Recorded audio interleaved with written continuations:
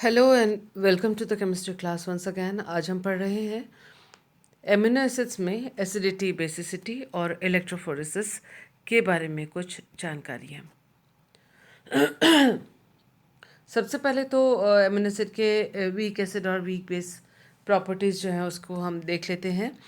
देखिए, amino acid की जो खासियत है वो ये कि वो उसका स्ट्रक्चर एक ज्विटर आयन या डाइपोलर आयन की तरह से होता है।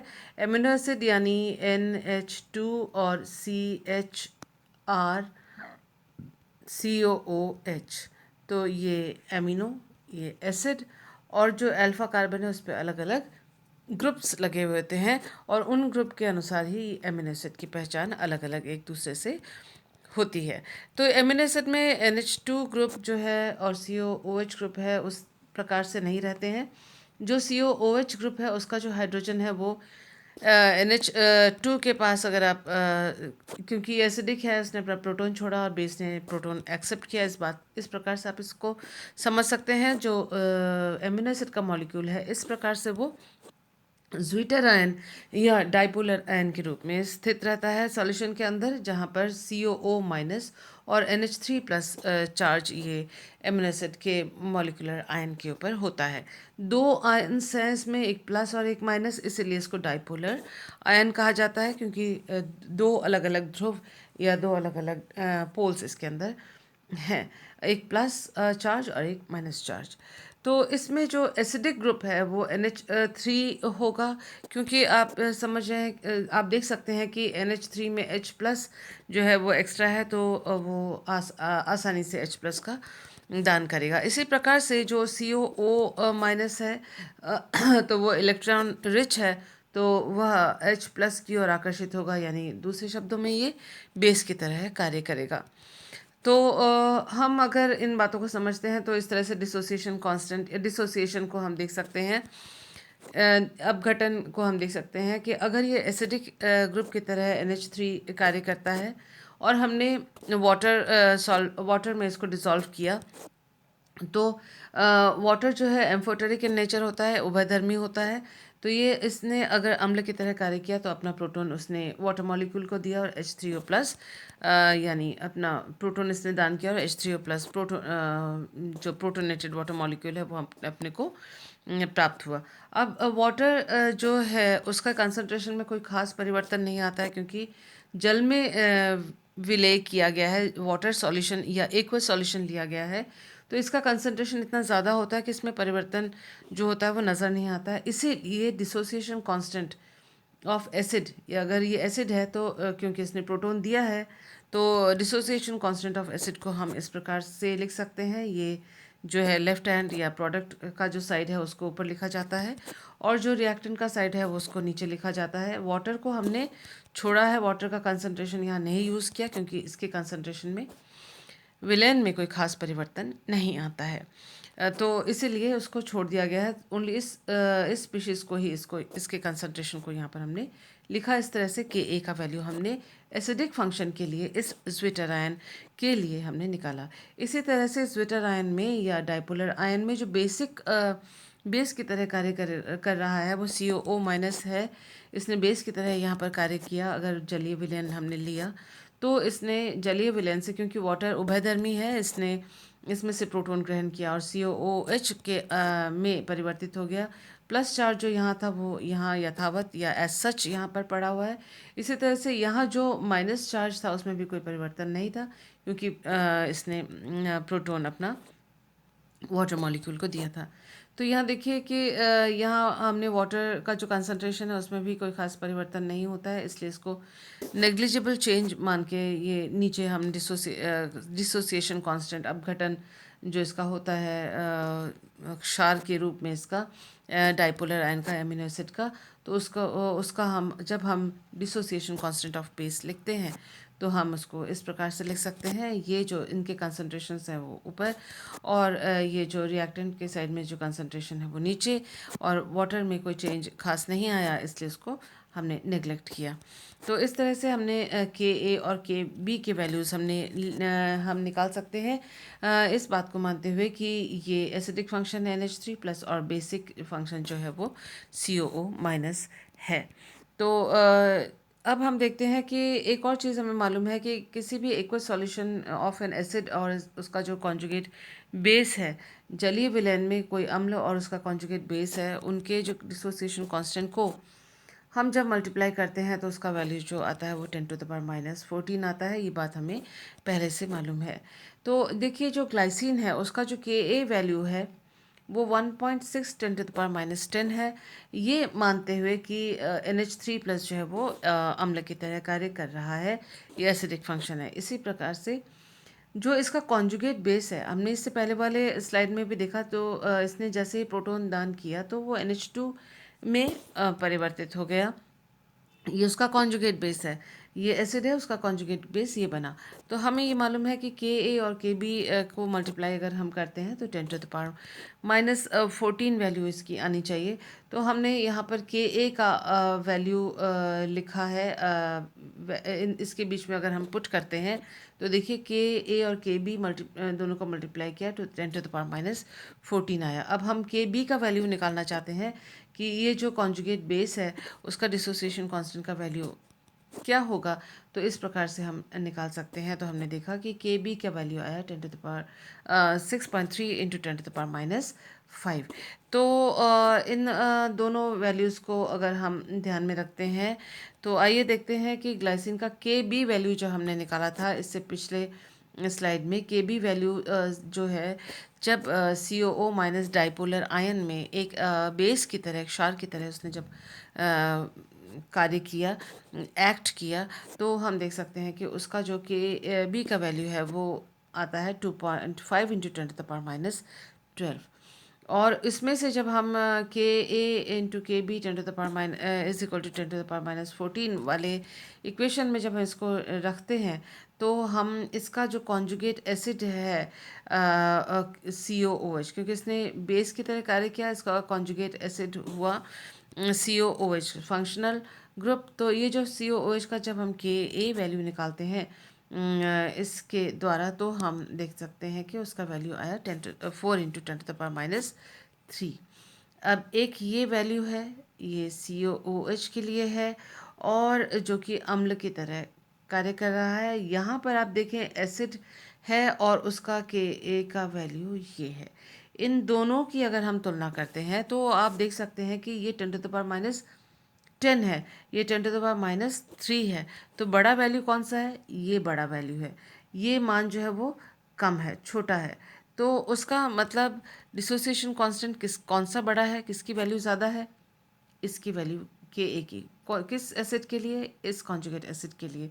किसकी तुलना में? NH3 जो एसिड की तरह कार्य करता है उसकी तुलना में। यानी ये स्पष्ट है कि अगर चॉइस है कि COOH और NH3 दोनों हैं, एसिड की तरह कौन कार्य करेगा? एसिड की तरह कार्य ये नहीं करेगा, ये एसिड की तरह कार्य COOH करेगा, क्योंकि उसका डिसोसिएशन कांस्टेंट का वैल्यू 4 इंटू 10⁻³ है, जो कि डिसोसिएशन कांस्टेंट ऑफ NH3+ की तुलना में काफ़ी ज़्यादा है। तो इसी प्रकार से हम बेस जो है, कॉन्जुगेट बेस, उसके लिए भी हम देख सकते हैं। देखिए, कॉन्जुगेट बेस NH2 है, ग्लाइसिन के लिए हमने निकाला था डाइपोलर आयन की सहायता से। और हमने जो NH2 कॉन्जुगेट बेस है उसका जो Kb वैल्यू निकाला, कैलकुलेट करके, वो 10⁻⁵ 6.3 इंटू 10⁻⁵। और यहाँ देख सकते हैं जो डाइपोलर आयन में CO- जो बेस की तरह उसने कार्य किया, उसका जो बेस का वैल्यू है 2.5 इंटू 10⁻12। तो 10⁻⁻12 जो है वो काफ़ी लो वैल्यू है, ये काफ़ी हाई वैल्यू है। तो बेस की तरह कार्य कौन करेगा? अगर अगर हमारे पास चॉइस जो है CO- और NH2 का चॉइस, दोनों ही बेस है, दोनों की चॉइस है, तो बेस की तरह कार्य कौन करेगा? बेस की तरह कार्य NH2 करेगा, क्योंकि उसके PKb का वैल्यू जो है वो इसके PKb के वैल्यू 10⁻12 से ये काफ़ी हाई वैल्यू है। तो ये हाई वैल्यू है, तो this will act as a base, ना कि ये क्षार की तरह कार्य करेगा। जब के ये दोनों ही अगर विलयन में उपस्थित हों, सिस्टम में उपस्थित हों, तो ये बेस की तरह कार्य करेगा, ना कि CO-। तो इस बात को अपने को ध्यान में रखना है। अब देखिए, if NH2 and CO minus compete as bases, दोनों ही एक दूसरे के साथ कंपटीशन करते हैं, प्रतिस्पर्धा करते हैं क्षारीयता में, तो NH2 जो है वो बेस की तरह कार्य करेगा, क्योंकि Kb जो NH2 का है उसका मान Kb CO माइनस के वैल्यू से ज़्यादा है, जो कि हमने इससे पहले वाले स्लाइड में अभी देखा है। Similarly if COOH and NH3 compete as acids, NH3 के ऊपर प्लस चार्ज लगेगा, लगा लीजिएगा, NH3 प्लस और COOH दोनों ही NH3 प्लस और CO माइनस एसिड की तरह एक दूसरे के साथ compete करते हैं या कंपटीशन करते हैं या प्रतिस्पर्धा करते हैं, then COOH will act as an acid.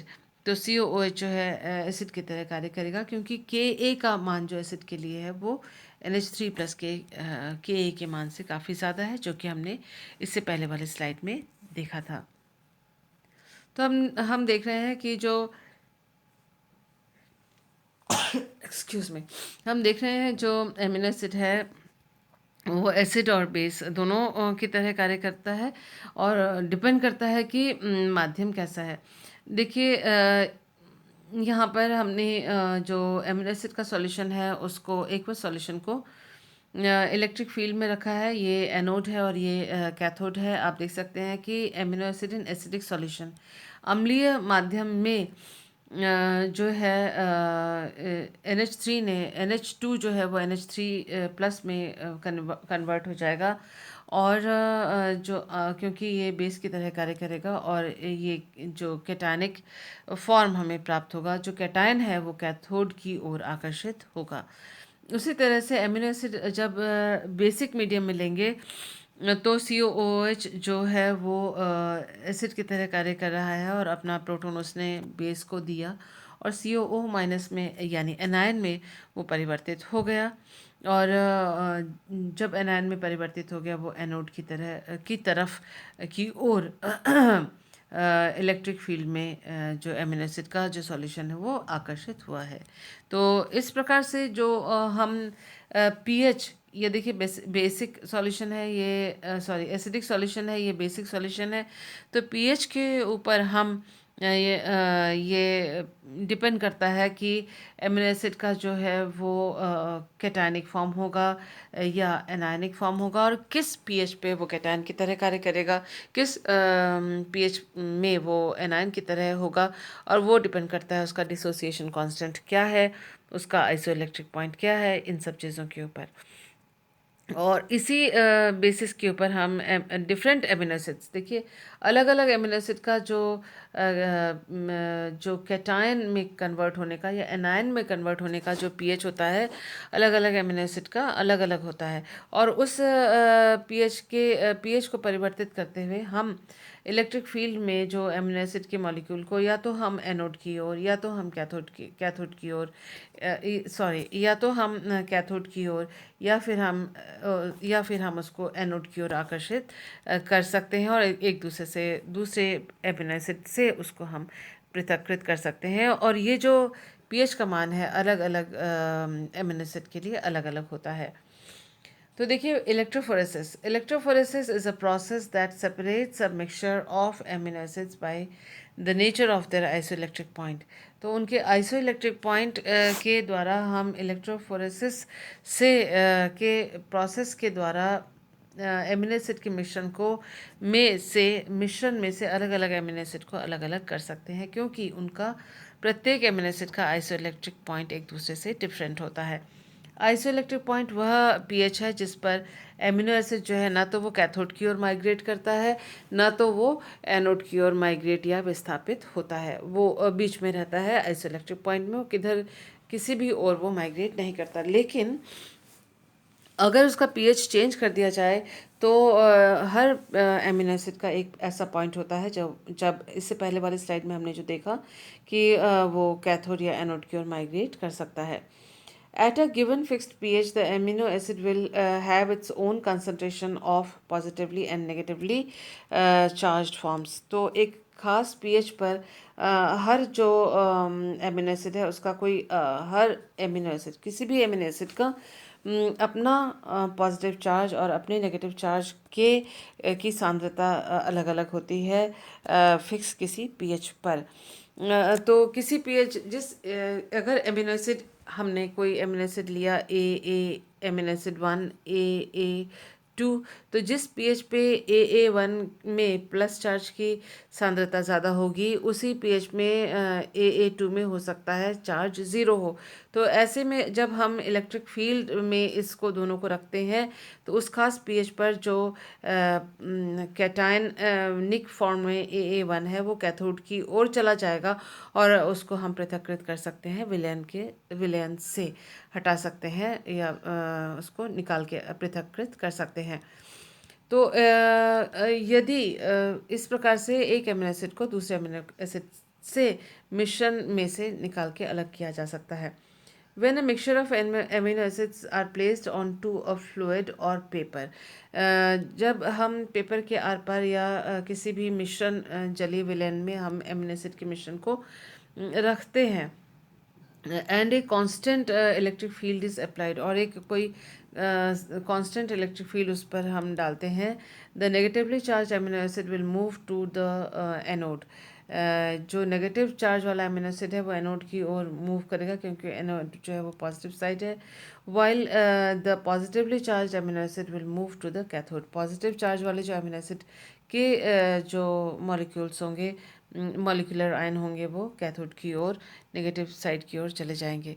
इस प्रकार से अगर हमने बीच में अगर जो कंटेनर है उसके बीच में अगर हमने पेपर भी रखा हुआ है, पेपर के आर पार पेपर में इतने पोर्स होने चाहिए, इतनी उसके अंदर जगह होनी चाहिए, पोर यानी छोटे छोटे छिद्र होने चाहिए जिससे एमिनो एसिड के जो मॉलिक्यूल्स हैं एक जगह से दूसरी जगह माइग्रेट कर सकें, या कैथोड और एनोड अगर हमने लगाया हुआ है और ये एमिनो एसिड का सॉल्यूशन है तो अलग अलग पीएच पे वो अलग अलग एमिनो एसिड प्लस में या माइनस चार्ज में होंगे और वो कैथोड या एनोड की ओर माइग्रेट कर जाएंगे, जैसा कि हमने इससे पहले वाले डायग्राम में देखा। Therefore, electrophoresis separates amino acids ultimately by the nature of their charge at a particular pH. तो अलग pH पे अलग एमिनो एसिड प्लस या माइनस चार्ज में होते हैं, उसी तरह से वो कैथोड या एनोड की ओर माइग्रेट करते हैं और एक दूसरे के साथ से वो पृथक्कृत किए जा सकते हैं, क्योंकि अलग एनोड पे अलग इलेक्ट्रोड पे अगर चले जाएं वहाँ से उसको हम सेपरेट करके निकाल सकते हैं। तो इस प्रकार से इलेक्ट्रोफोरेसिस के द्वारा हम एमिनो एसिड को एक दूसरे से पृथक्कृत कर सकते हैं, क्योंकि सभी का जो आइसो इलेक्ट्रिक पॉइंट यानी ऐसा पीएच जिस पे उनके पॉजिटिव और नेगेटिव चार्ज बैलेंस्ड हो, हर एक एमिनो एसिड का अलग अलग होता है, जो कि हमने इससे पहले वाले जो वीडियो में भी इसको हमने पढ़ा हुआ है। तो मुझे उम्मीद है कि एमिनो एसिड के वीक एसिड और वीक बेस जो प्रॉपर्टी है या एसिडिक और बेसिक प्रॉपर्टी और इलेक्ट्रोफोरेसिस के बारे में आपको समझ में आया होगा। आप नोट्स बनाइए, फिर भी अगर समझ ना आए तो आप मुझे कांटेक्ट कर सकते हैं। Thank you for being with me.